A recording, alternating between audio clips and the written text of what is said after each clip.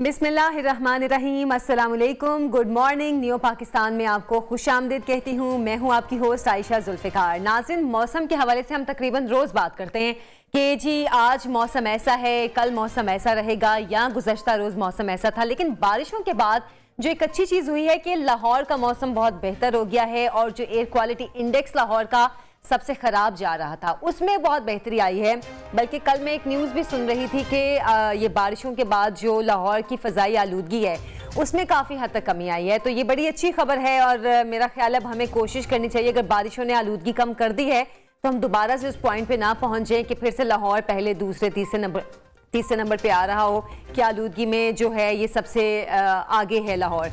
अच्छा, मुल्की मौसम तो बेहतर हो रहा है लेकिन मुल्क की सियासत का मौसम काफ़ी अब्रालूद है और गुज़श्ता रोज़ काफ़ी बड़ी बड़ी खबरें भी इस हवाले से सामने आ रही थी कि एक के बाद एक बाएतमाद साथी साथ छोड़ के जा रहे हैं। आप समझ गए होंगे मैं बात कर रही हूँ वज़ीर आज़म के जो मुशीर थे शहजाद अकबर, उन्होंने इस्तीफ़ा दिया, उनका इस्तीफ़ा मंजूर भी हो गया।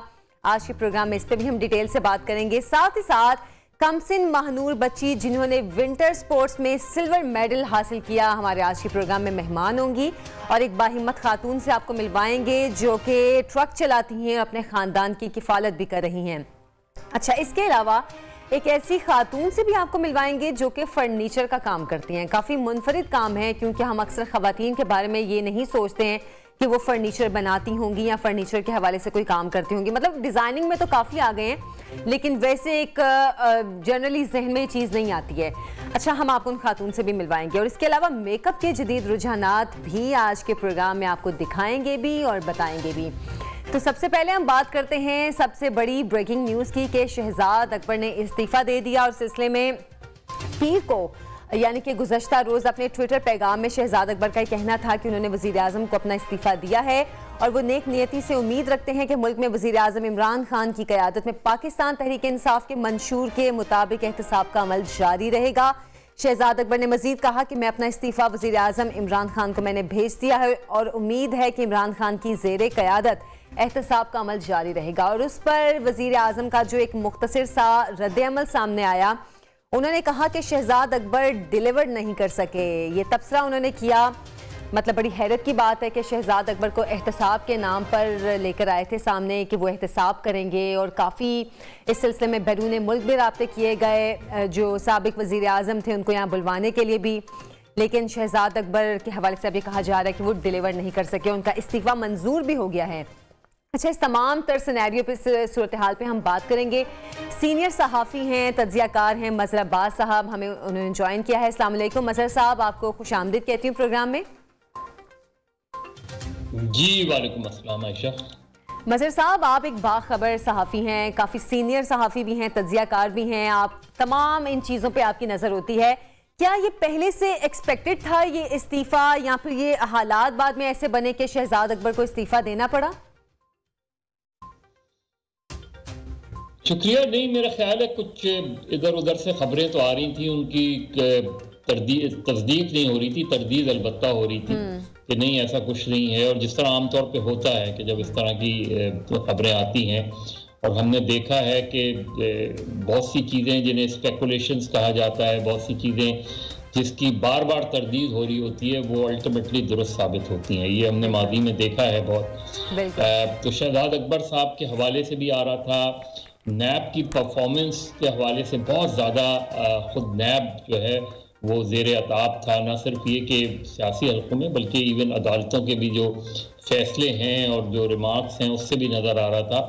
फिर एक एसेट्स रिकवरी के हवाले से भी खबरें आई थी कि जी नैब ने जो इतना दावा करते हैं कि इतनी रिकवरी हुई है वो किधर है, और ये पब्लिक अकाउंट्स कमेटी में ये सवाल उठा था और पब्लिक अकाउंट्स कमेटी ने अभी भी नैब के चेयरमैन को तलब किया हुआ है। लेकिन जो सबसे ज़्यादा वज़ीर आज़म को मायूसी थी और वो शायद मायूसी अब भी है उनको, वो ये कि ना जो उनके मेन सियासी हरीफ हैं नवाज शरीफ साहब और शहबाज शरीफ साहब, उनके ख़िलाफ़ कोई माने खेज़ कामयाबी हासिल नहीं हुई। वो ठीक है कि पनामा केस में सुप्रीम कोर्ट ने मियाँ साहब को नाअहल करार दे दिया। इमरान खान वैसे ही काफ़ी उनके अंदर गुस्सा था, जिस तरह नवाज शरीफ साहब वापस लंदन चले गए और उसकी परमिशन उन्होंने खुद दी थी, तो ये सारी चीज़ें मल्टीप्लाई हो रही थी। और फिर जो अल्टीमेट हुआ वो ये कि जब एक लंदन में मुकदमा था जिसके बारे में बड़ा दावा किया जा रहा था कि गवर्नमेंट जीत जाएगी, वो फैसला भी शहबाज शरीफ साहब के हक़ में चला गया।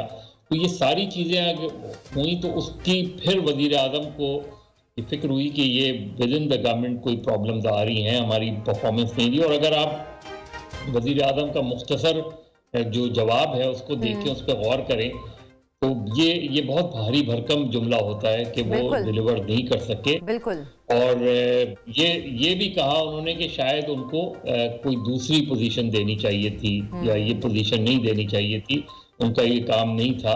तो यही बुनियादी नुक्ता है। अगर वज़ीर आज़म अपने इर्द गिर्द देखें कि जिन लोगों को उन्होंने वो काम दिए हुए हैं मुख्तलिफ, क्या वो उस काम के अहल हैं या नहीं हैं, या उन्होंने वैसे ही दे दिया है, तो ये उनकी पूरी एहतसाब का जो बयानिया है उस पर अब सवालिया निशान आ गया है वज़ीर आज़म के एहतसाब के बयानिए पे।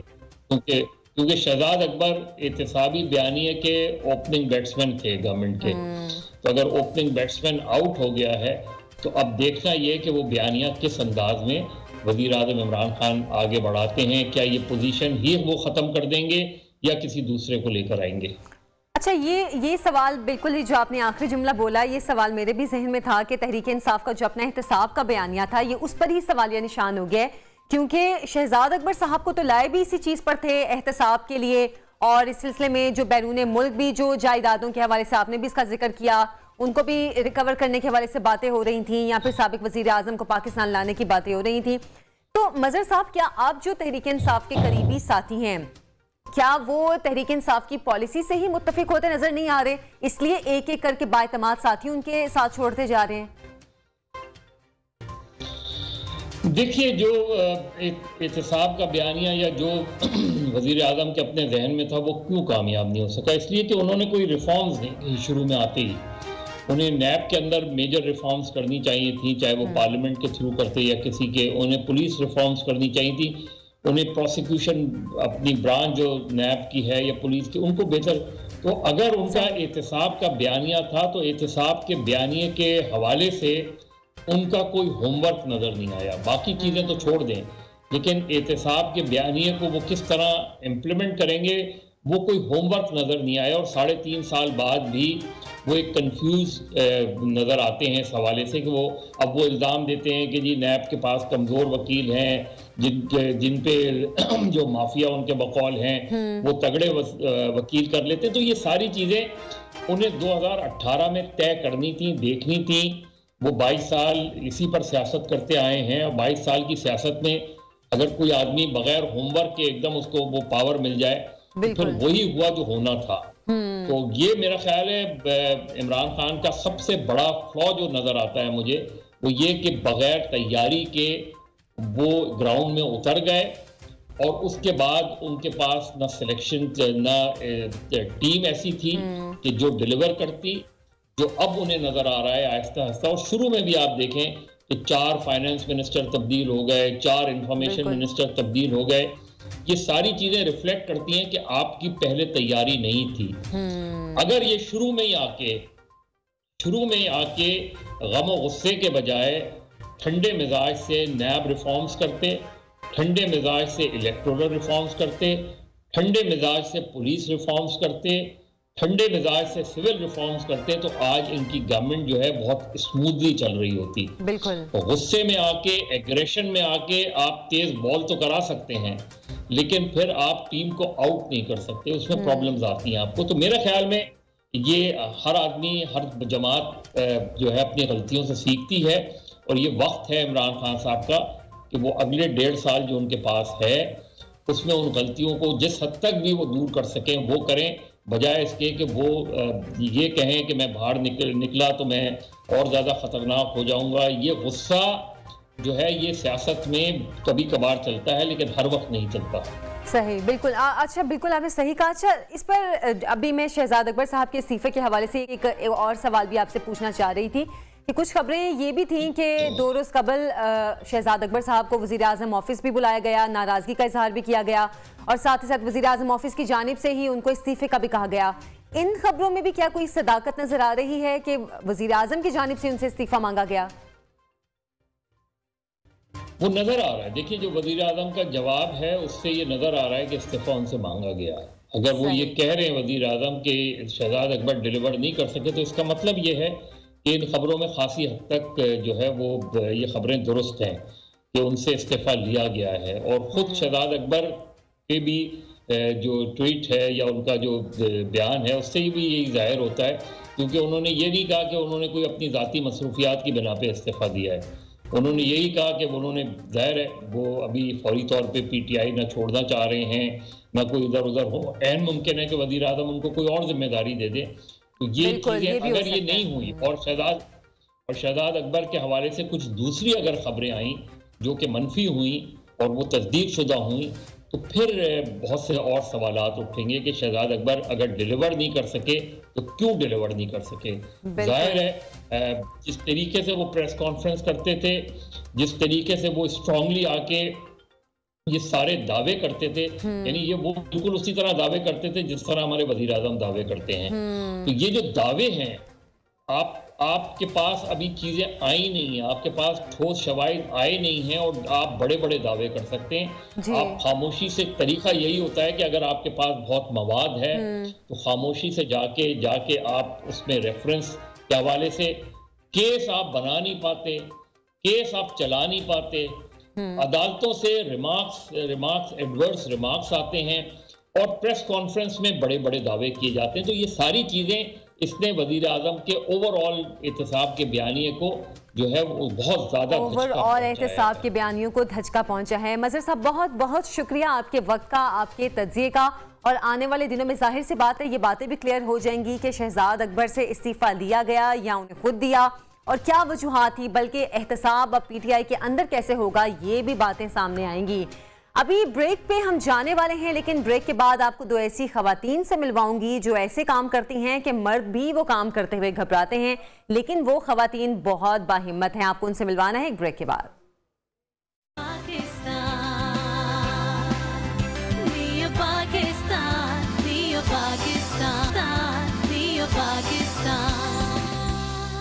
Welcome back. प्रोग्राम में आपको खुशामदीद कहती हूँ और आपको ये भी बताना है कि मुल्की सतह पर विंटर स्पोर्ट्स के मुकाबले, मुख्तलिफ मुकाबले हो रहे हैं जो कि वादी हुंजा में हो रहे हैं। बल्कि कुछ दिन पहले हमने प्रोग्राम में इस हवाले से भी आपको बताया था कि गिलगित बल्तिस्तान में स्केटिंग के मुकाबले शुरू हुए हैं। मतलब पाकिस्तान में पहली मरतबा जो विंटर में जो स्केटिंग होती है उसको इंट्रोड्यूस करवाया गया है, आइस स्केटिंग जो होती है उसको इंट्रोड्यूस करवाया गया है। तो इस सिलसिले में खवातीन भी उसमें बढ़ चढ़ कर हिस्सा ले रही हैं। लेकिन अभी मैं आपको एक छोटी सी बच्ची से मिलवाने जा रही हूँ जिसने ये आइस स्केटिंग में ये सिल्वर मेडल लिया है। तो हमारे साथ महानूर होंगी और इस सिलसिले में आपको ये भी बताऊं कि महानूर ने फीमेल स्पीड स्केटिंग के मरहले में सिल्वर मेडल लिया है और इसमें उनकी एज गालबन मेरा ख्याल है 7 या 8 साल है। तो महानूर हमारे साथ हैं, उनके वालिद भी हमारे साथ हैं, मोहम्मद साले साहब। अस्सलाम वालेकुम साले साहब। अस्सलाम वालेकुम ma'am, thank you for online interview के लिए, थैंक यू। आपका शुक्रिया, आप आए। आपकी बेटी माशाल्लाह इतनी प्यारी है और उसने जो अभी स्पोर्ट्स में सिल्वर मेडल लिया है, आपको पहले तो इस पे बहुत मुबारक हो। आप सबको बहुत बहुत मुबारक। और इस कम उम्री में जो एक बाप को उसने एजाज, पूरी मुल्क को एजाज से नवाजा, आप सबका बहुत शुक्रिया मैडम। अच्छा, कैसे साले साहब महानूर इस तरफ आई? मैं महानूर से भी बात करूंगी, लेकिन मैं पहले आपसे पूछना चाह रही थी महानूर कैसे इस तरफ आई, स्केटिंग की तरफ, आइस स्केटिंग की तरफ, और आपने कैसे उसको इस चीज पे सपोर्ट किया? बहुत खूब आपका सवाल कि यहाँ पे विंटर स्पोर्ट जो गिलगित बल्तिस्तान में आजकल बड़ा उसका चर्चा है।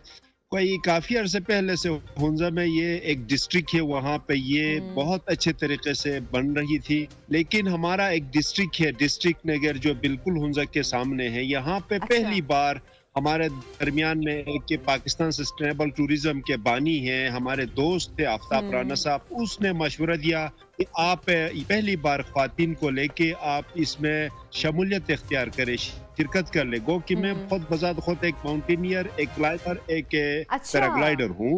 तो फिर मैंने अपने बच्चों में, जी मैम, तो अपने बच्चों में माशाल्लाह मेरा बड़ा बेटा इस वक्त एक बेहतरीन पैराग्लाइडर है। अब छोटी मेरी बेटी ने बहुत ही उसने इंटरेस्ट दिखाई। पहली बार मैंने डिस्ट्रिक्ट से 7 बच्चों को लेके और 20 यूथ को लेके गया, तो मेरी मिसेस ने, क्योंकि ये छोटी उम्र में थी, इसकी एक्चुअल एज 4 साल 9 माह, तो इसको इसकी अम्मा ने 5 साल की भी पूरी नहीं है, 5 साल की भी पूरी नहीं हुई अभी माशाल्लाह। इंटरनेशनल या भी इसको कनाडा, जापान के लिए भी इन्विटेशंस आ रहे हैं विंटर नेक्स्ट ईयर जो ओलंपिक्स होंगे उसमें। तो ये आप सबकी दुआएं हैं, आपके हौसले हैं, जिसकी वजह से इस छोटी महानूर ने स्केट, स्पीडिंग और दूसरे बड़े खेलों में इसने बड़ा लोहा मनवाया और पाकिस्तानी हिलाली परचम लहरा के पूरा इलाके का, पूरे इस गिलगित बल्तिस्तान के इमेज को हाई कर लिया। बेशक आप बिल्कुल ठीक है, सिर्फ गिलगित बल्तिस्तान के इमेज को नहीं, पाकिस्तान के इमेज को महानूर ने काफ़ी ऊंचा किया है कि पाकिस्तान में माशाल्लाह बच्चियां भी आइस स्केटिंग की तरफ आ रही हैं और इतने शौक से आ रही हैं, बल्कि सिल्वर मेडल महानूर ने लिया है। तो साले साहब, महानूर की पढ़ाई के हवाले से मैं बताएं, पढ़ती भी है और पढ़ाई के साथ अब इस खेल को, आइस स्केटिंग को मैनेज कैसे करते हैं अब इसके?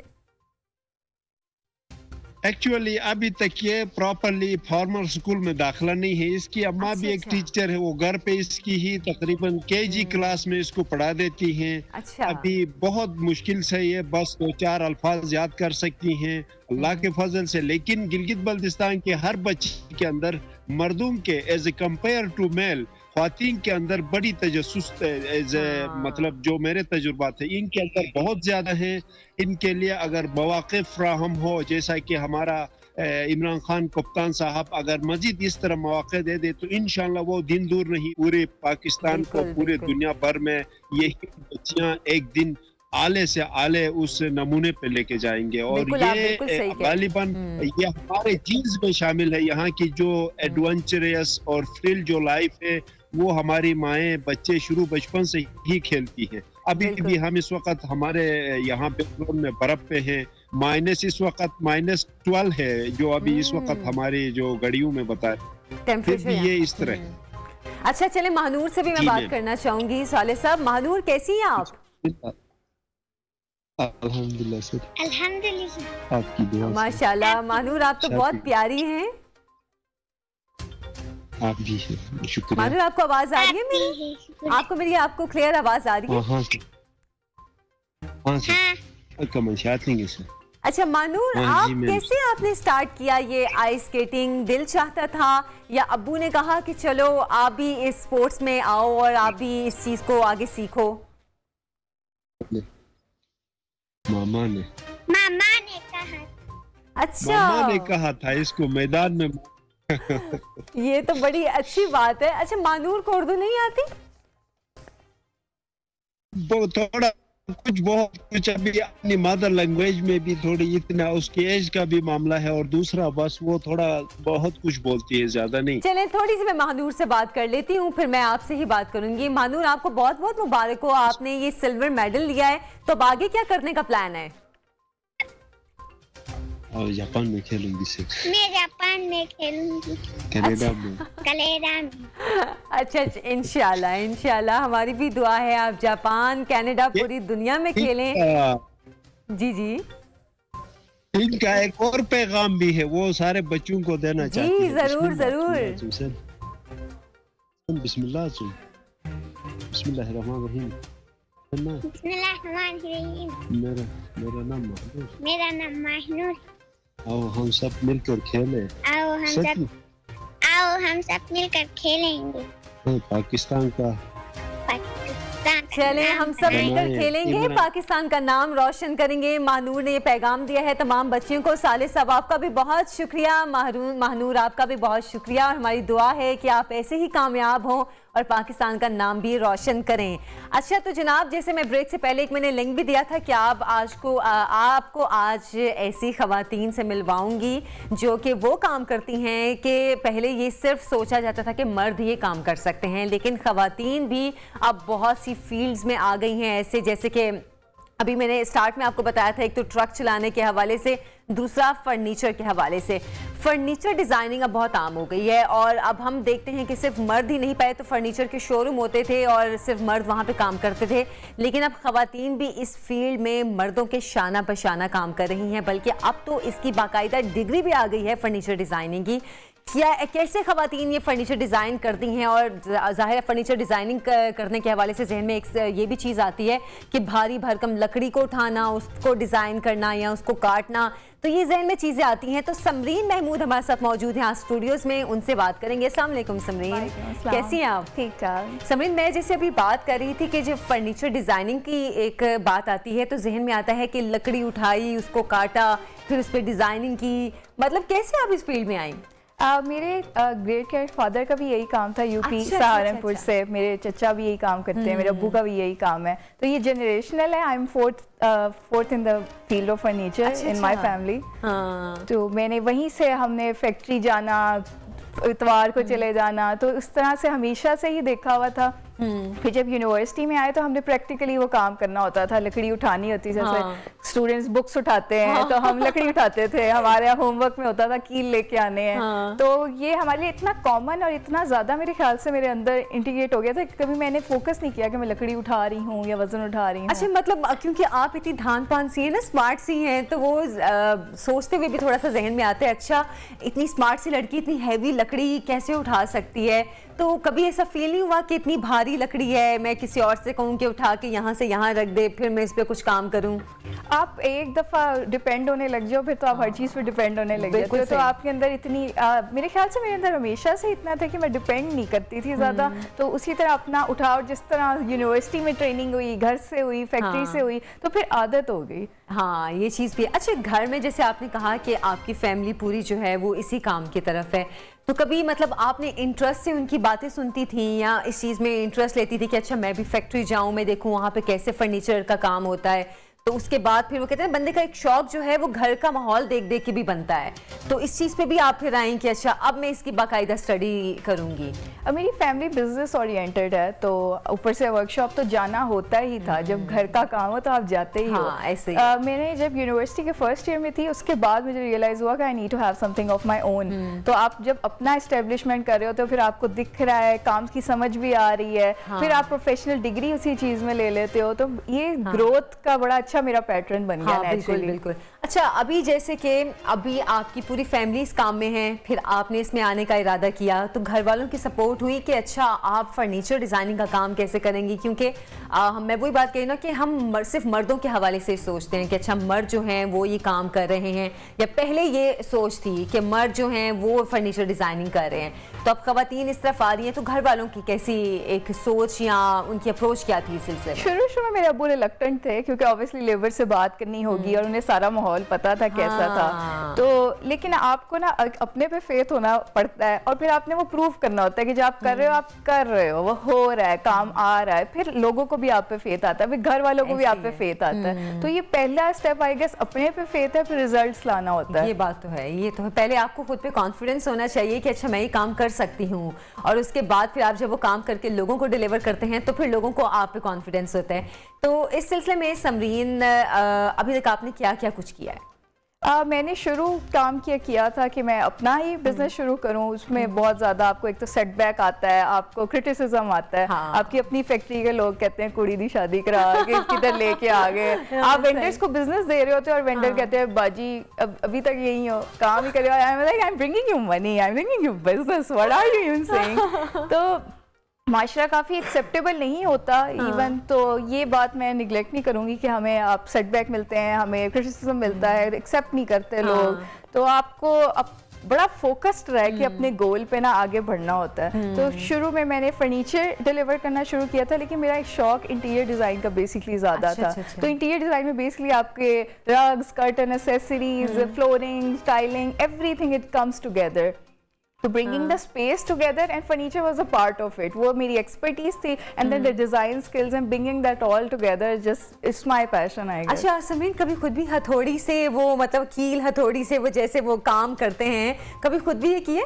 मैंने बहुत कुछ बनाया हुआ है, मैं कुर्सी टेबल खुद बना लेती हूँ। चोट लगी? बहुत ज्यादा, शुरू में तो मैं सारे नेल्स खराब हो गए, कोई मैनीक्योर पेडिक्योर नहीं टिकता था, आपके सॉडस्ट लगी हुई है पूरे फेस में, you can't have a nice hairdo when you are going to university because आपको बन बनाना है। काफ़ी चैलेंजेस लैंग्वेज के बेसिस पे आते हैं। जब यूनिवर्सिटी पे हो तो you are like panel saw band saw because you have foreign teachers and everything. आप यूनिवर्सिटी में जा रहे हो, रंदा लगा लिया, वो इस तरह आरा नहीं चल रहा। आज तो आप मतलब पंजाबी में भी आ जाते हो। तो पहले तो आपको लैंग्वेज क्लैश मुझे आया था कि मैं प्रोफेशनली कुछ और बोल रही हूँ यूनिवर्सिटी में और वर्कर के साथ किसी और, फिर you have to have a different persona with the client. हाँ, तो समरीन अब आप अपना शोरूम भी चला रही हैं? मैं वर्कशॉप से ऑपरेट करती हूँ क्योंकि मेरा प्रोडक्शन यूनिट ज़्यादा मैनेज करना इम्पोर्टेंट होता है और क्लाइंट की साइट पे उसको डिलीवर करना चीज़ इम्पोर्टेंट होता है। तो I guess that's more important. चलिए समरीन, बहुत बहुत शुक्रिया और आपके साथ हमारी बेस्ट विशेस भी हैं कि आप ये इतना डिफरेंट काम कर रही हैं। मतलब खवातीन के लिए काफ़ी डिफरेंट काम है, तो आपको इसमें काफ़ी कामयाबी भी मिले। बहुत बहुत शुक्रिया हमारे स्टूडियो में तशरीफ आई है। छोटी सी ब्रेक से हम वापस आएंगे, हमारे साथ रहिए।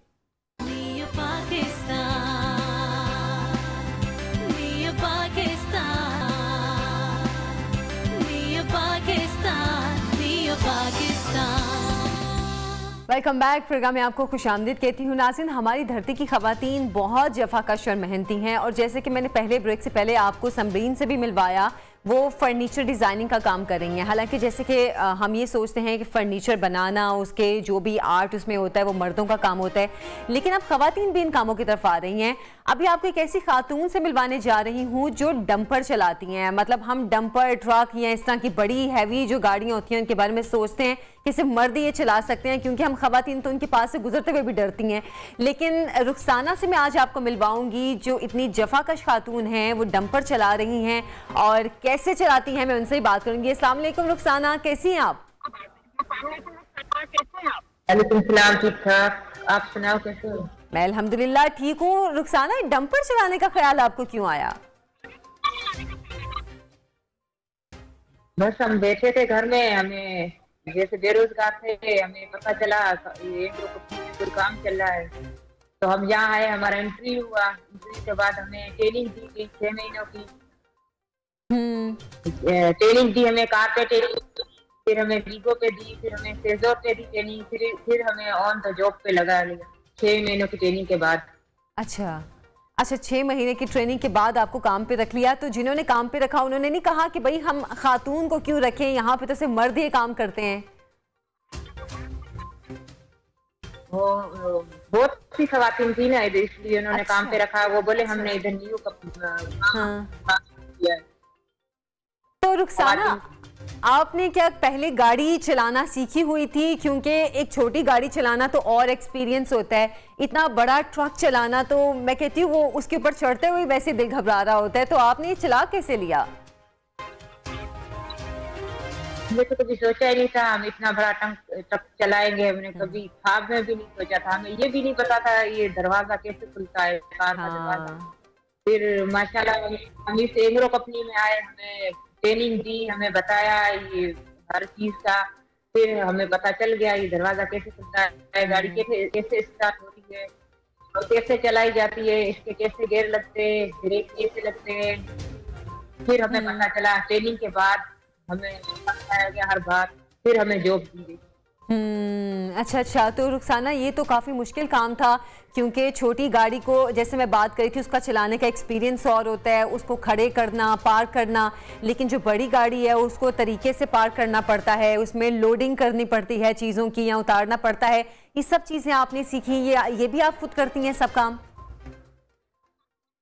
जी हाँ, ये भी हमने इधर सीखी। फिर पहले तो हमें बहुत मुश्किल लगता था, डर लगता था, इतना बड़ा डंपर हम कैसे चलाएंगे, देख के भी हम डरते थे। लेकिन माशाल्लाह सीख गए। उसके बाद अभी कोई डर नहीं है। पार्किंग भी लगा लेते हैं, रिवर्स भी लेते हैं। अच्छा रुखसाना, आप बता रही थी मुझे अभी कि आपके 3 बच्चे भी हैं, अपने खानदान की किफालत भी करती हैं आप? जी हाँ, मेरे 3 बच्चे, मेरा हस्बैंड घर बैठा है, इसलिए मैं अपने बच्चों के लिए करती हूँ। अच्छा, आपके शोहर कोई काम नहीं करते? कोई काम नहीं करते। अच्छा, तो ये बड़ा मुश्किल है कि मतलब खातून अपने बच्चों की किफ़ालत के लिए इस तरह घर से निकले और ऐसा काम करे जो कि सिर्फ मर्द कर रहे हों। तो आपको कभी डर नहीं लगा कि मतलब मैं एक मर्दों की सोसाइटी में मैं वो काम कर रही हूँ जो सिर्फ मर्द करते हैं, ख़वातीन कम करती हैं, तो लोगों की तनकीद या लोगों की बातें भी सुननी पड़ी होंगी? जी हाँ, पहले तो बहुत डर लगता था, बहुत तनकीद की गई, लेकिन हमने किसी पे कान नहीं दिया। हमने अपनी रोजी करनी थी बच्चों की, इसलिए हमने किसी पे ध्यान भी नहीं दिया। अच्छा, तो हाँ, पहले तो ट्रक की जो आप चलाती हैं, इससे आपका गुजर बसर ठीक हो जाता है? हाँ, शुक्र है अल्लाह का, सही हो जाता है। तो रुखसाना, बेहतर है। बच्चे क्या करते हैं आपके?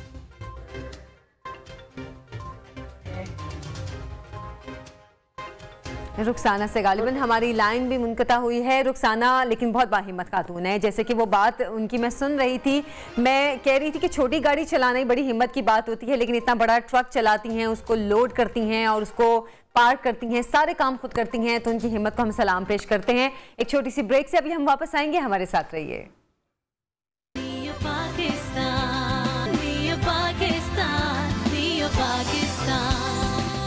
Welcome back. प्रोग्राम में आपको खुशामदीद कहती हूँ। और अभी आप सोच रहे होंगे कि मैं खड़ी क्यों हुई हूँ, क्योंकि मैं हमेशा ब्रेक के बाद बैठ के कोई ना कोई सेगमेंट स्टार्ट करती हूँ, लेकिन अभी जो सेगमेंट होने जा रहा है वो ख़वातीन के इंटरेस्ट के लिए बहुत ज़बरदस्त है जनाब, क्योंकि अभी विंटर चल रहा है और हम विंटर में अगर कुछ टिप्स के हवाले से बात करें या मेकअप के टिप्स के हवाले से बात करें, तो बहुत सी ख़वातीन होती हैं सोशल मीडिया पे सर्च करती हैं कि अच्छा विंटर में हमें क्या क्या करना चाहिए, अगर डार्क सर्कल्स हैं तो उनको कैसे कवर करें, अगर स्किन ड्राई हो रही है तो उसको कैसे कवर करें, और अगर ड्राई स्किन पे आप बेस लगा रहे हैं वो फट रही है, तो ये छोटी छोटी टिप्स और बातें होती हैं जो कि आपके लिए जानना बहुत ज़रूरी है।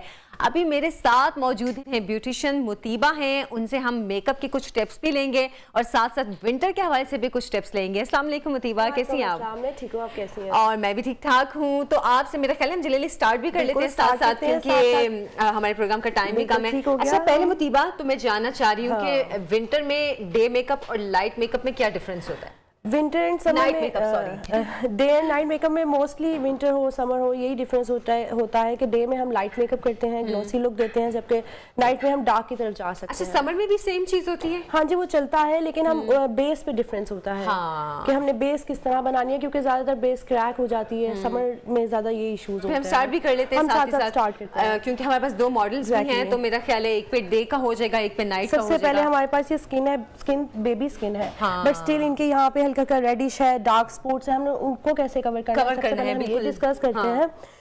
जो डार्क्स होती है ना, अगर हम डायरेक्ट ज्यादा इशू ये आता है कि बेस ग्रे हो गई है, आप क्या करें? अच्छा, स्किन टोन के हिसाब से बेस को सिलेक्ट करना बड़ा मुश्किल होता है। वो ये होता है कि आप अपनी टोन से वन टोन लाइटर ही शेड अप्लाई करें।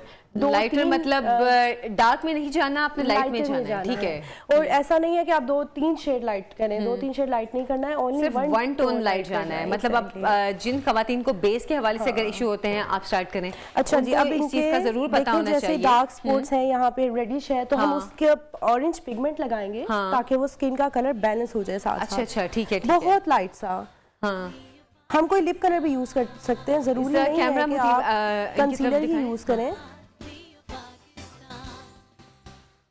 अच्छा अच्छा, मैं अक्सर ट्यूटोरियल्स देखती हूँ ना मुतीबा, मतलब मैं भी सोशल मीडिया पे अक्सर देखती हूँ, इंस्टाग्राम पे कहीं पे, तो ये ऑरेंज कलर से इसको कवर करते हैं। इससे क्या वो जो डार्क सर्कल्स या स्पॉट्स हैं वो कवर हो जाते हैं? वो कवर होते हैं, एंड साथ साथ बेस ग्रे नहीं होती है। अच्छा अच्छा, जो मोस्टली कंप्लेन होती है ना कि बेस ग्रे हो गई है, तो ऑरेंज पिगमेंट से बेस ग्रे नहीं होती है। अच्छा, इवन सिर्फ ये डार्क स्किन के लिए नहीं है, इवन स्किन रेड भी हो रही है, देन हम ऑरेंज पिगमेंट अप्लाई करते हैं ताकि स्किन जो बेस है वो ग्रे ना हो। बहुत लाइट सा ये इनको डे मेकअप लुक दे रहे हैं, बहुत लाइट सा, भर भर के बेस नहीं अप्लाई करनी है, वो एक केकी लुक आ जाती है। अच्छा, मेरा ख्याल है थोड़ा सा इनके कैमरे की तरफ इनके वो कर लें हम, क्योंकि इनकी सही ये लुक नहीं आ रही। बस ठीक है, ये देखें, बहुत माइल्ड से जैसे हम लोशन या क्रीम अप्लाई करते हैं, उसी तरह हमने अपनी बेस को अप्लाई करना है। आप ब्रश स्पंज भी यूज कर सकते हैं, लेकिन हाथ से ये कि बहुत अच्छी ब्लेंडिंग होती है। टैप करके अच्छा, हाथ से आप ब्लेंड करती हैं? मैं हाथ से ब्लेंड। अच्छा, वैसे हाँ, कुछ मेकअप आर्टिस्ट हैं उनको हाथ से ब्लेंडिंग में, चाहे वो मेकअप है चाहे बेस है, उनको उससे ज्यादा सेटिस्फेक्शन होती है कि हाँ इससे ज्यादा अच्छी ब्लेंडिंग हो रही है। ब्रशेस से ना सेटिस्फेक्शन नहीं होती कि यार सही नहीं अप्लाई हो रहा, हाथ से बिल्कुल ठीक अप्लाई होता है। अच्छा मुतीबा, अक्सर लोग बहुत हेवी बेस लगाते हैं। हाँ जी, मैं यही बात कर रही हूँ कि आपने क्रीम की तरह बेस अप्लाई करनी है, बहुत केकी लुक नहीं दे देनी है। आप ये हाफ फेस पे डिफरेंस भी देख सकते हैं। अच्छा, ये भी एक टिप है, अगर आपकी स्किन नीट है, क्लीन है, क्लियर है, तो आपको बिल्कुल हैवी बेस की जरूरत नहीं है। आप बिल्कुल लाइट सी बेस लगाएं, वो आपको नेचुरल लुक देती है, क्योंकि जो हैवी बेस है वो एकदम से आपको मैच्योर लुक देती है। तो इसलिए कोशिश करें कि जब भी कोई मेकअप करें, चाहे वो डे का है, हाँ पार्टी मेकअप में थोड़ा सा मेरा ख्याल है डिफरेंस आ जाता है, उसमें आपको थोड़ा सा बेस हैवी करनी पड़ जाती है। हम बेस हैवी भी करते हैं, पाउडर भी अप्लाई करते हैं, हर चीज अप्लाई करते हैं उसमें। आप ये देखें कितनी लाइट सी नीट सी हमारी बेस बन गई है, तमाम स्पॉट्स जो है वो कवर हो गए। अब कंटूरिंग की मैं ये टिप दूंगी, जैसे इनका चबी राउंड फेस है, उसके लिए हम लोगों ने बहुत ज्यादा डार्क ब्राउन कलर नहीं यूज करना चाहिए, इतना करना चाहिए कि खुद को थोड़ा सा नजर आए। पिक्चर्स में या कोई देखेगा वो नजर आ जाता है, वो इशू नहीं होता है। ये जरूरी नहीं है कि भर भर के लगाएं। अब ये देखें, यहाँ से लेके इनकी लिप लाइन है, हमने इसको मैच कर देना। और मेरे ख्याल में जो आपकी हेयर लाइन होती है वो वहीं से स्टार्ट हो जाती है, वहीं से स्टार्ट हो जाती है। जो स्लिम फेस होता है उसकी डिफरेंट कंटूरिंग होती है, और जो चबी फेस होता है उसकी डिफरेंट। अच्छा, एक टिप ये भी है कि हम क्या करते हैं, जल्दी जल्दी जल्दी ऐसे कर देते हैं। ऐसे नहीं करना, हमें लिफ्ट करना है। हम जब लिफ्ट करते हैं ना, स्किन लिफ्ट भी लगती है। अच्छा, ये बड़ी अच्छी आपने टिप दी है। हाँ जी, क्योंकि हम अक्सर कंटूरिंग कर रहे होते हैं तो हम बस उसको ब्लेंड कर रहे होते हैं, हमें लगता है ब्लेंड हो गया बस, लेकिन वो असल में ब्लाइंड नहीं हो रहा था, आपकी स्किन को रगड़ा लग रहा था। वो रियल में नहीं पता चलता, पिक्चर्स में बहुत प्रोमिनेंट होता है। ये देखें, नीचे चिन को भी हम लोगों ने कंटूर कर दिया, उसके बाद नीचे चिन पे भी हमने हल्का सा ब्रश करना है। वो डेप्थ आ जाती है ना, तो डबल चिन छुप जाती है। ये देखें कितनी मजे की कंटूरिंग हो गई है। अच्छा, एक टिप मैं ये भी दूंगी कि हमने पूरे फेस पे बेस अप्लाई की हुई है, हम यहाँ पे हल्का सा ब्रश जरूर अप्लाई करेंगे, वरना क्या होता है कि बिल्कुल एक लाइन यहाँ पे ड्रॉ हुई होती है। अच्छा हाँ, ये कंटूरिंग का ये भी एक रूल होता है कि आपने अगर ये कंटूरिंग करनी है, आपने ये चीक बोन की करनी है या आपकी जॉ लाइन की करनी है, तो आपको अपनी हेड लाइन की भी ये करनी पड़ती है कंटूरिंग, ये हेयर लाइन की। यहाँ से आपको ये होता है कि आपकी पूरे फेस की एक शेप बनती है, वरना यहाँ से आपका जो माथा है बिल्कुल फ्लैट फ्लैट सा लगता है। तो ये चीजें, मैं भी थोड़ी सी मेकअप आर्टिस्ट हूँ, मेकअप आर्टिस्ट हूँ, मुझे भी ये चीजें पता है। अच्छा जी, अब ब्लशन हम क्या करेंगे, हम बहुत लाइट ब्लशन अपने हाथ पे ऐसे टैप करेंगे, बिल्कुल जरा सा ब्लशन इस पर। अच्छा, इसी तरह हम लोगों ने ऐसे नहीं करना है कि भर भर के इस तरह लगाना है, जिसको आप टैप करें लाइट लाइट। अच्छा मुतीबा, ये आप इनका डे मेकअप कर रही हैं? डे मेकअप कर रही हूँ, सिर्फ हमने इनको पिगमेंट देना है पिंक, हमने बहुत ज्यादा भर भर के नहीं लगाना। नोज पे हल्का सा लगाते हैं, वो बहुत लाइट लुक आती है। सर्दियों में ना ऐसा लगता है नोज रेड हुई है सर्दियों की वजह से। हाँ, वो बड़ी नेचुरल सी लुक आती है। मजा का लगता है। ये देखें, जबरदस्त। अब हम बिल्कुल लाइट सा हाइलाइटर इनको अप्लाई करेंगे, बहुत ज्यादा नहीं करेंगे, वो भी इसलिए करेंगे क्योंकि आजकल ट्रेंड है। हाँ भाई, आजकल तो हाइलाइटर का इतना फैशन है, इतना ट्रेंड है कि अगर आप हाइलाइटर नहीं लगाते तो ऐसा लगता है आपके चेहरे पे नूर नहीं है। मतलब एक नूर होता है जो आपका इबादत से आता है, एक नूर होता है जो आपका मेकअप से आता है। तो ये मेकअप वाला भी आजकल बहुत जरूरी है। अच्छा जी, ये देखें, ये हमने इनकी चीक बोन को प्रोमिनेंट किया है। अच्छा, फिर यहाँ पे बात आ जाती है, जो चबी फेस है उसके लिए हाइलाइटर किस तरह लगाते हैं? उसको हम लिफ्ट करके लगाते हैं और बिल्कुल एक लाइन लगाते हैं, राउंड नहीं करते हैं, क्योंकि हाइलाइटर बेसिकली हाईलाइट करता है फेस को। अगर हम ऐसे भर भर के लगा देंगे, वो चीक्स इतनी बड़ी बड़ी लगेंगी। उसके बाद यही वाला हाइलाइटर हमने लेना है और आईज पे अप्लाई कर देना। ये डे लुक करियो, जो जिसने जल्दी जल्दी तैयार होना हो ना, कॉलेज यूनिवर्सिटी जाना हो, जॉब पे जाना हो, या फ्रेंड्स से मिलने जाना हो, फ्रेंड्स की गेट टुगेदर हो कोई इस तरह, तो आप डे मेकअप में इस तरह ये चीजें अप्लाई कर सकते हैं। उसके बाद हम इनका लाइनर अप्लाई करेंगे। लाइनर जो है डे का टाइम होता है, तो हम बहुत ज्यादा मोटा लाइनर नहीं लगाएंगे डे में। लाइनर बहुत लाइट सा, बारीक सा। अच्छा, डे में, क्योंकि आपको पता है प्रोमिनेंट हो रही होती है हर चीज, तो मैं ये प्रेफर करती हूँ। अब तो खैर मेकअप के ट्रेंड्स भी बहुत ज़्यादा चेंज हो गए हैं, तो अगर आप लाइनर भी अप्लाई, क्योंकि लाइनर जाहिर सी बात है वो तो ऑल टाइम एक इन चीज़ रहती है, लेकिन अभी कुछ ट्रेंड्स ऐसे भी हैं कि नेचुरल आइज भी चल रही हैं कि अगर आप लाइनर नहीं लगाते, सिर्फ आई शेड और मस्कारा कर लेते हैं या आइज के अंदर काजल या वाइट पेंसिल दे देते हैं, तो वो भी बड़ी खूबसूरत। आप ये देखिए, लाइनर की जो मेन टिप है ना, लड़कियां मोस्टली आजकल लाइनर इसलिए स्किप कर रही हैं, उनको लगाना नहीं आता। हाँ, बराबर नहीं लगता है कि वो लाइनर लगाना बहुत बड़ी भाई आर्ट है। मेरे तो ख्याल में ये बहुत बड़ा आर्ट है। ये देखें, ये जो ब्रश है, ये जो आई लिड आपकी खत्म हो रही है ना, इसको और आईब्रो को हमने मैच करना है। मुतीबा थोड़ा सा इनका फेस अगर कैमरे की तरफ कर देना तो ज्यादा क्लियर पता चल जाएगा। ये देखें, ये हमारा मेन पॉइंट है। हम लोगों ने विंग कर दिया, अब पूरा लाइनर लग जाएगा, अब कोई प्रॉब्लम नहीं है। हमने इसी को मैच करना है, दैट्स इट। बाकी हमने बारीक सी लाइन इसको अप्लाई कर देना। खोले आँख, हमने ऊपर देखें लाइट सा विंग लगा दिया हमने। पूरा हमने पूरा नहीं अप्लाई करना है, जस्ट हमने कॉर्नर को अप्लाई करके उसको मैच कर देना बारीक सी लाइन देके।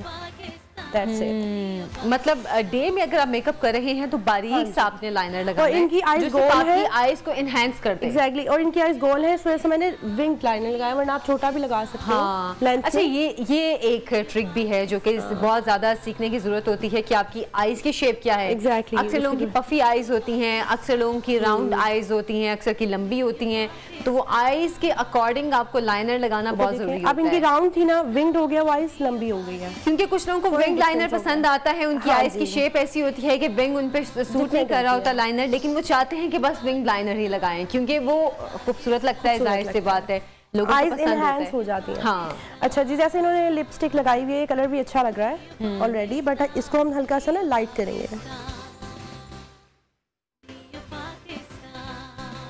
ये ले, हमने बिल्कुल हल्का फुल्का मेकअप किया है डे के हिसाब से। सिर्फ फाउंडेशन लगाई है हमने, डार्क पिगमेंट को खत्म करने के लिए ऑरेंज पिगमेंट लगाया है, बेस बनाई है, कंटूर, ब्लश एंड लाइन। बिल्कुल नेचुरल सा मेकअप, डे मेकअप हो गया। ये डे मेकअप हो गया। हम नाइट की तरफ आएंगे। बिल्कुल नाइट की तरफ आएंगे। अच्छा, यहाँ पे एक और चीज मुतीबा, हेयर स्टाइलिंग के हवाले से भी जरा कुछ बता दें। हेयर स्टाइलिंग, जैसे इनके बाल लंबे हैं माशाल्लाह, प्यारे बाल हैं, तो इन्होंने जिस तरह ट्विस्ट किया हुआ है, हम ट्विस्ट भी कर सकते हैं। ये मेरा ख्याल है थोड़ा सा चेयर को रोटेट कर देते हैं ताकि वो कैमरे में भी सही तरह आ जाए, इस तरह। ये ठीक है ना? हाँ, अब इनका हेयर स्टाइलिंग आप करें। ठीक है, हमने ज़्यादा फ्रंट पे फोकस करना है, बैक में वगैरह कुछ भी नहीं करना है। इसी तरह जल्दी जल्दी से हम ट्विस्ट कर सकते हैं। ऐसे गोल किया, इसको राउंड किया, ट्विस्ट करके,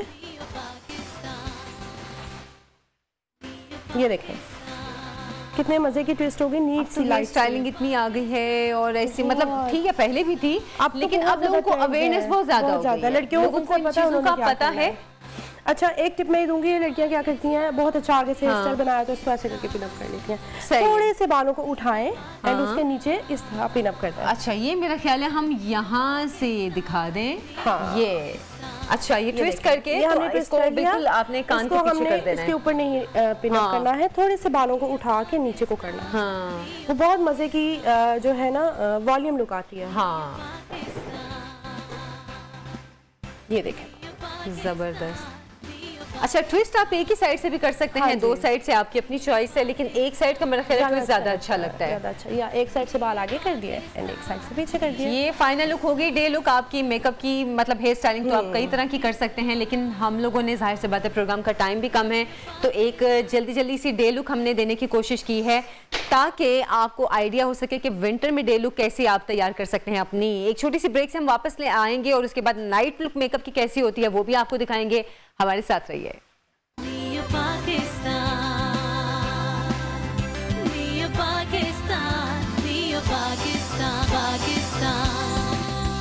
वेलकम बैक। अभी ब्रेक से पहले तो हमने आपको डे मेकअप की लुक दिखाई है, अब नाइट मेकअप की लुक हम लोगों ने स्टार्ट कर दी है। क्योंकि प्रोग्राम का वक्त कम है तो हम ये चाह रहे थे कि बेस वगैरह जो है वो अप्लाई कर दें, लेकिन साथ साथ मुतीबा आपको बताती भी जाएंगी कि उन्होंने क्या क्या कुछ अप्लाई किया है। मुतीबा बताएं। इनके जैसे डार्क सर्कल्स थे, हम लोगों ने इनकी उसी तरह फाउंडेशन बनाई है जैसे हमने दूसरी बच्ची की बनाई थी। देन हमने इनको कंसील लगाया है, पहले उसी तरह ऑरेंज पिगमेंट अप्लाई किया है। देन हमने अब इसको कंसील करें ताकि इनके डार्क स्पॉट जितने भी हैं वो छुप जाए आंखें बंद से। अच्छा, एक और टिप है, ब्यूटी ब्लेंडर्स आजकल यूज करती हैं लड़कियां, उसको ना ऐसे स्वाइप करके यूज करती हैं, वो हाफ फेस से उसी तरह उतर जाती है। तो ये भी है, जो आप ब्लेंडर यूज कर रहे होते हैं उसको जब आप बहुत ज्यादा रब कर रहे होते हैं, स्वाइप करते हैं ना, जब वो आधी बेस तो उसी में चली जाती है, उतर जाती है, तो आपने उसको सिर्फ टैप करके अप्लाई करना है, बहुत फाइन और नीट बनती है। और एक और टिप, हम लोगों ने जब बेस बनानी है देन इस तरह हाथ रख के ऊपर को जाना है, लिफ्ट करना है, अच्छा, ये हाँ बेस इनकी बहुत अच्छी, मतलब नाइट मेकअप है तो हम लोगों ने थोड़ी सी जाहिर सी बात है हैवी बेस बनाएंगे तो बिल्कुल लाइट से मेरा ख्याल है इनकी हैवी बेस वो पहले जो डे मेकअप किया था उससे बनी है। तो बस यानी कि इनको कंसीलर अप्लाई किया है, साथ में हमने थोड़ी ज़्यादा बेस अप्लाई की है, फाउंडेशन एंड कंसीलर अप्लाई किया है। अब हम इनको पाउडर से फिक्स कर देंगे। जितने डार्क स्पॉट जो भी रेडिश स्किन थी वो सारी कवर अप हो गई है, वो कवर हो गई है बिल्कुल। अब इसी तरह हम इनका करेंगे, कंटूर करेंगे। अच्छा, इनकी स्किन थोड़ी फेस जो है इनका थोड़ा थिन है, इनका चबी था, तो हम इनको बिल्कुल ये वाली लुक नहीं देंगे, हल्का सा हम इनको राउंड में देंगे। ये देखें, हाँ, क्योंकि इनका स्लिम फेस है तो बिल्कुल इनको थोड़ी डिफरेंट लुक देनी होगी। इस तरह हमने हल्का सा राउंड कर दिया ना, ये चीक प्रोमिनेंट हो जाएगी। हाँ बिल्कुल बिल्कुल, वरना वो पिक्चर्स में बहुत ज्यादा स्लिम फेस आता है। हाँ, और ब्राउन शेड हम लोगों ने बहुत ज्यादा डार्क नहीं अप्लाई करना।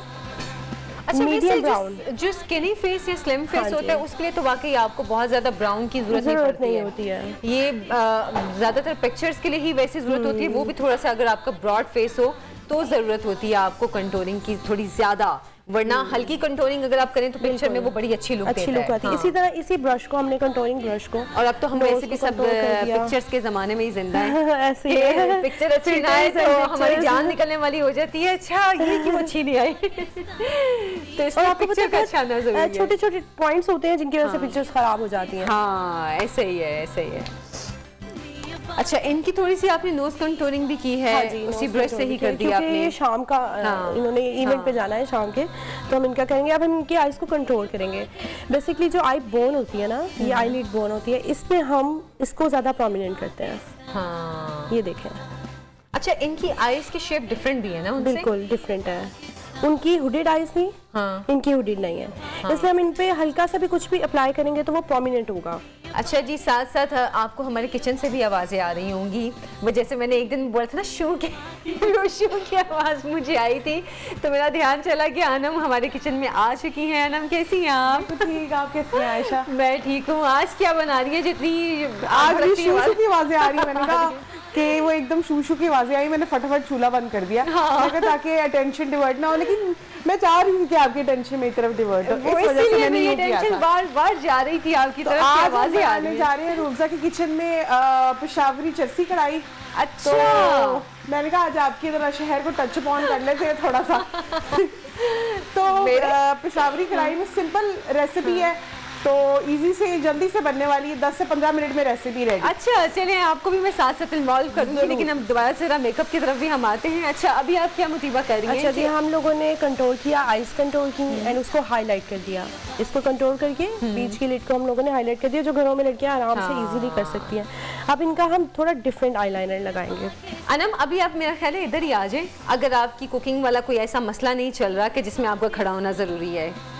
कुकिंग में अगर आप कहती हैं कि मैं बस फ्राई कर रही हूँ, अगर आप बस करके आ जाएं, बस करके आ जाएं, बिल्कुल ठीक है। इकट्ठे उस तरफ चलते हैं। विंग लाइनर अप्लाई किया उसी तरह, लेकिन हमने इनको थोड़ा सा थिक आईलाइनर लगाना है जो प्रोमिनेंट हो। हाँ, क्योंकि वही हम नाइट मेकअप की बात कर रहे हैं, तो उसमें थोड़ी सी चीजें ज्यादा प्रोमिनेंट होती हैं। डे में तो आपको थोड़ा सा सॉफ्ट लुक देनी और थोड़ा सा लाइट लुक देनी होती है, तो नाइट में आपने थोड़ा सा एनहांस करना होता है तो लुक को, तो इसलिए इसमें आप लाइनर भी थोड़ा सा डिफरेंट लगाते हैं। और वही बात, लाइनर लगाना मैं कहती हूँ सबसे बड़ा आर्ट है मेकअप में। सबसे जो इम्पोर्टेंट चीज़ है ना, वो लाइनर है। अगर आपको लाइनर नहीं आता ना, तो बस फिर आपको जितना अच्छा मर्जी मेकअप आता हो, आप रह गए हैं। अच्छा, आपको पता है आजकल वो स्टेंसिल्स भी आए हुए हैं, वो रखें और लाइनर अप्लाई हो जाता है। बहुत सारे टिप्स आ गए, पता नहीं अब तो क्या क्या कुछ आ गया मेकअप में। इतनी नई जदीद टेक्निक्स आ गई हैं, नई नई चीज़ें आ गई हैं कि आपने अगर लाइनर लगाना है तो वो आप वो एक स्टिकर सा होता है अक्सर, वो भी लगाएं। हाँ, वो भी अप्लाई कर सकते हैं। अगर आपने आईज की पूरी शेप बनानी है तो वो लगाएं, उस पर मेकअप करें, उसके बाद वो रिमूव कर दें स्टिकर्स, तो वो आपकी पूरी शेप एक बन जाती है। आपको एक तरह से टैटू लाइनर आया हुआ है। हाँ, टैटू लाइनर, आईब्रोज के लिए। पता नहीं अब आने वाले वक्तों में क्या क्या नई नई टेक्निक्स आएंगी मेकअप की। अभी ही इतने कुछ डिफरेंट चीजें आ गई हैं कि अक्सर देख के हैरत होती है। अच्छा, आईब्रो हम लोगों ने बनानी है। पहले हम इसको अपनी बेस लाइन बना लेंगे। इस तरह देखें, नोज पे रखे, यहाँ पे हमने मार्क किया एंड आईलिड पे यहाँ पे मार्क किया। ठीक है। अच्छा, हाँ, ये 3 मार्क्स वाली टिप बड़ी जबरदस्त है ना। आज आप भी थोड़ा मेकअप सीख लें। हाँ जी, बहुत जरूरत है। हमें तो मेकअप सीखने के आपको पता ही। आ जाए आप इधर खड़ी हो जाए, मैं इधर आती हूँ। बल्कि नहीं, मैं उधर जाती हूँ। ये देखिए हम लोगों ने बेस बना ली है, हम लोगों ने अपने पॉइंट्स बना लिए बेस। अब हम उसको मैच कर देंगे, हम इसको मैच कर देंगे। अच्छा, ये बड़ी अच्छी टेक्निक है जो अभी मुतीबा ने ये आईब्रो बनाने के 3 पॉइंट्स उन्होंने लगाए थे और उन्होंने उसके ऊपर वो सारा कवर किया है जो आईब्रो बनाई है। ये बड़े अच्छा ये एक ट्रिक होता है, आपको बड़ा आसानी हो जाती है। कुछ दिन पहले भी मैं कहीं पे देख रही थी और मुझे बड़ी अच्छी लगी ये टेक्निक कि मतलब आपको ये मसला नहीं होता कि पहले यहाँ से ऐसे बनाएं फिर बनाएं। आपको पता है आपने यहाँ से यहाँ जोड़ना है, यहाँ से यहाँ जोड़ देनी है। वो पता अलग नहीं लगती है, आपको पता चल कितनी प्रॉब्लम होती है। मेरी आईब्रो नहीं सही तरह बन रही, बैलेंस नहीं है, अलग अलग शेप की है तो ये एक जैसी शेप की हो जाती है। ये देखिए, और आईब्रो पे हम लोगों ने इस तरह बहुत ज्यादा डार्क करके ड्रॉ नहीं करना है, उसको मर्ज कर देना है बाद में कि बहुत ज्यादा प्रोमिनेंट ना लगे। वो अच्छी नहीं लगती। देखिए हल्का सा फिंगर से ना इसको हम मर्ज कर देंगे। अच्छा, मुझे पर्सनली बड़ी अच्छी लगती है आईब्रो, मोटी थिक सी। हाँ, अब तो वैसे भी ट्रेंड भी थोड़ा है थिक आईब्रोज का। पहले एक टाइम था कि बिल्कुल पतली सी आईब्रोज होती थी और अब लेकिन बिल्कुल चीजें डिफरेंट हो गई हैं। अच्छा, जैसे मैं अभी बात कर रही थी कि मतलब आप डे मेकअप में चाहे व्हाइट पेंसिल लगाएं या काजल या जो सुरमा टाइप है वो भी आप लगा सकते हैं। अच्छा, आजकल लेकिन व्हाइट प्रेफर कर रही हैं, वो कहती है नहीं हमें व्हाइट ही चाहिए। अच्छा, लेकिन अभी भी मैं वो काजल वाला बंदा हूँ, काजल वाला बंदा हूँ। थोड़ा सा ट्रेंड कम हुआ है। मैं यही बात कह रही थी ना कि कुछ लड़कियों को अभी भी सुरमा और काजल आंखों में अच्छा लगता है, उनको पसंद होता है और वो प्रेफर करती हैं कि नहीं हमारी आंखें काली काली खूबसूरत सी लगे, खूबसूरत लगती है वो गजाली आंखें। हाँ बिल्कुल, मुझे भी पसंद है लेकिन मैं कम लगाती हूँ। मैं भी नहीं लगाती, मेरी तो छोटी है ना, किसी रह जाती है गुम हो जाती है आंखें। व्हाइट से प्रोमिनेंट हो जाती है। अच्छा, काजल से भी प्रोमिनेंट तो होती है ना मुतीबा? नहीं, डार्क छोटी आंखें और छोटी सी लगती हैं। व्हाइट पेंसिल से प्रोमिनेंट हो जाती है, जो आंखें वो थोड़ी एनहांस हो जाती है। हाँ, तो देखें। अच्छा, हमने इनको एक तरह से जैसे हम अपने फेस को कंट्रोल कर रहे हैं, इसी तरह मैं इनकी आईज को भी कंट्रोलिंग दे रही हूँ ताकि प्रोमिनेंट हो जाए। हाँ बिल्कुल।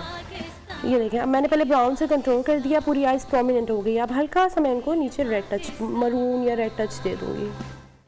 अच्छा, कलर बहुत मैटर करते हैं। जैसे आज ही मैं अपने मेकअप आर्टिस्ट को नीचे कह रही थी, मैंने कहा यार मुझे नीचे जरा प्लीज पिंक लगा देना। अच्छा, मुझे बड़ा अच्छा लगता है पिंक लगा हुआ, खिला खिला की आंख बड़ी अच्छी खूबसूरत लगती है। बिल्कुल। अच्छा, कुछ मेकअप की रिक्वायरमेंट ब्राउन होती है, कुछ मेकअप की रिक्वायरमेंट होती है कि पिंक या रेड सा वो जो एक कलर है वो कलरफुल सा। अच्छा, ज्यादा अगर ब्लैक पहनो या पहनो रेड ही लगाते हैं नीचे, रेड या पिंक। और वैसे भी हम ये नाइट मेकअप कर रहे हैं तो इवनिंग मेकअप या नाइट मेकअप तो उस लिहाज से इसमें थोड़ा सा ये चीजें कलर्स भी एनहांस नाइट मेकअप के अंदर। ये देखिए जी, हमने इनको आईब्रो लिड को हाईलाइट कर दिया।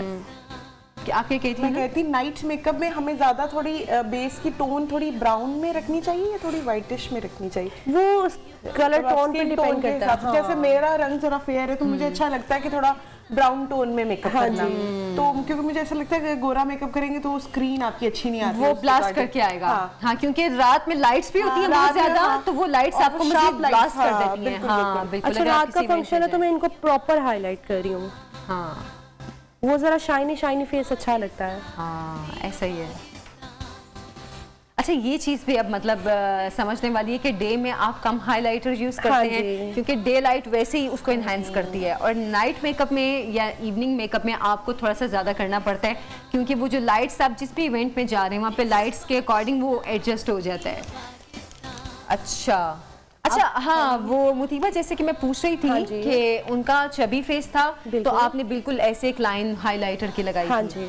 इनके किस तरह? फिर इनको मैंने थोड़ा सा थिक करके लगाया, यहाँ पे पूरी बोन इनकी मैंने प्रोमिनेंट किया क्योंकि इनका तो फेस चबी लगना ही नहीं है।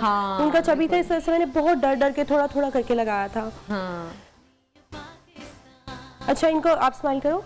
इनकी जो चीक्स स्माइल करके आती हैं ये हम स्लिम फेस पे ज्यादा अप्लाई करते हैं, इसको एप्पल चीक्स बोलते हैं। Apple cheeks. मैं भी थोड़ी सी मेकअप आर्टिस्ट हूँ, मुझे भी चीजें पता है। मुझे भी पता है मेकअप के ट्रिक्स क्या होते हैं। अच्छा, थोड़ा सा ब्लशन हम छोटा है, इन्होंने उनको इतना ज्यादा कंट्रोल भी नहीं किया। इनको मैंने ब्लशन ज्यादा दिया है, चीक्स पे ब्लशन दिया। हम चबी फेस पे कभी भी यहाँ पे ब्लशन नहीं देते, हम उसको सिर्फ लिफ्ट करते हैं कंटूरिंग की तरह। बट जो थिन फेस होता है उसको हम देते हैं, दिल खोल के ब्लशन देते हैं। और हम नहीं लगा सकते दिल खोल के, हम दिल खोल के नहीं लगा सकते, हम बस यहीं लगाते हैं, थोड़ा थोड़ा लगा सकते हैं। अच्छा, इनको मैं ब्राइट पिंक कलर का लिप कलर दूंगी। अच्छा मुतीबा, नाइट में अक्सर लोग स्मोकी आइज को भी प्रेफर करते हैं, कहते हैं अच्छा हम नाइट मेकअप है या नाइट इवेंट है तो हम स्मोकी आइज ज्यादा। लेकिन आप देखें कोई दावत है इस तरह की जगह पे जाना है तो हम स्मोकी नहीं करते हैं। स्मोकी बहुत लिमिटेड, जैसे किसी पार्टी पे जाना है, शादी है या कोई ऐसी पार्टी इवेंट है, देन हम स्मोकी करते हैं, वरना नॉर्मली स्मोकी की तरफ नहीं जाते हैं। अच्छा वैसे हाँ, स्मोकी में तो इतने ज़्यादा टिप्स एंड ट्रिक्स आ गए हैं। आप उसको ब्राउन्स के साथ कर सकते हैं, आप उसको ब्लूज के साथ कर सकते हैं। ब्लूज के साथ बहुत चल रहा है आजकल, बहुत ज़्यादा वो सही, वो शादी वाला जो है वो टच आता है उससे। हाँ, ब्लू के साथ तो ब्लू के साथ बहुत अच्छा लगता है, बहुत ज़्यादा चल रहे हैं स्मोकी पे। अच्छा, लैशेस बेसिकली अप्लाई होती हैं। अगर हम लैशेस नहीं अप्लाई करने हैं तो ऊपर देखें थोड़ा सा बीच में, मिड में इधर। अब ये देखें, पहले हमने वॉल्यूम देना है लैशेस को इस तरह करके, प्रॉपर वॉल्यूम आ गया, देन हमने इसको लिफ्ट करना। अच्छा हाँ, ये भी एक अच्छी टिप हमें मिल गई है कि अच्छा एक और ये खुद ही हो गया, ये नीचे लग गया ना, हमने फौरन इसको रिमूव नहीं करना है, फिर इधर वेट करना है, ड्राई होके ये खुद ही वो पाउडर सा हो जाता है, वरना लड़कियां घबरा के अपना पूरा मेकअप खराब कर लेती हैं।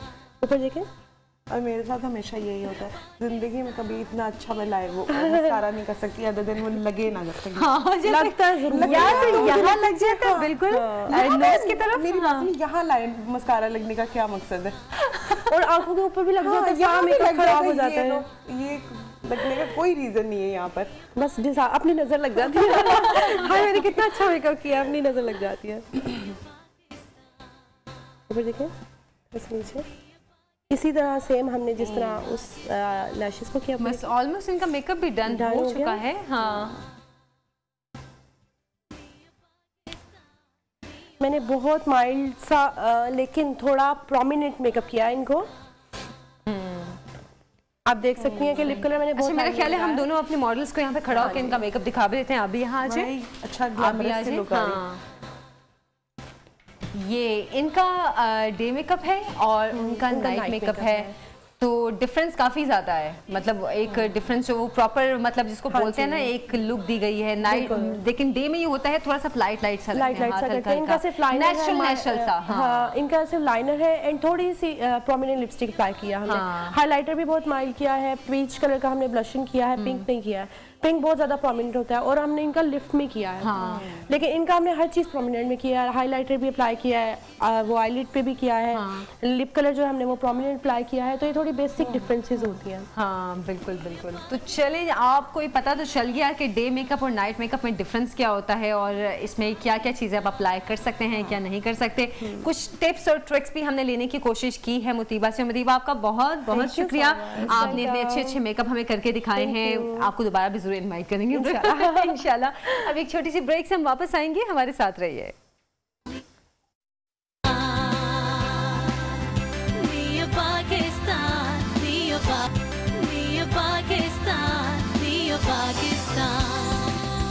Welcome back. रूह अफ़ज़ा के किचन से आपको खुशामदीद कहते हैं। ब्रेक से पहले आपको पता तो चल गया होगा कि हम कुछ पका रहे हैं आज, मतलब वो वाला पकाना नहीं, यहाँ पे पकाना, क्योंकि अनम मेरे साथ ही थी।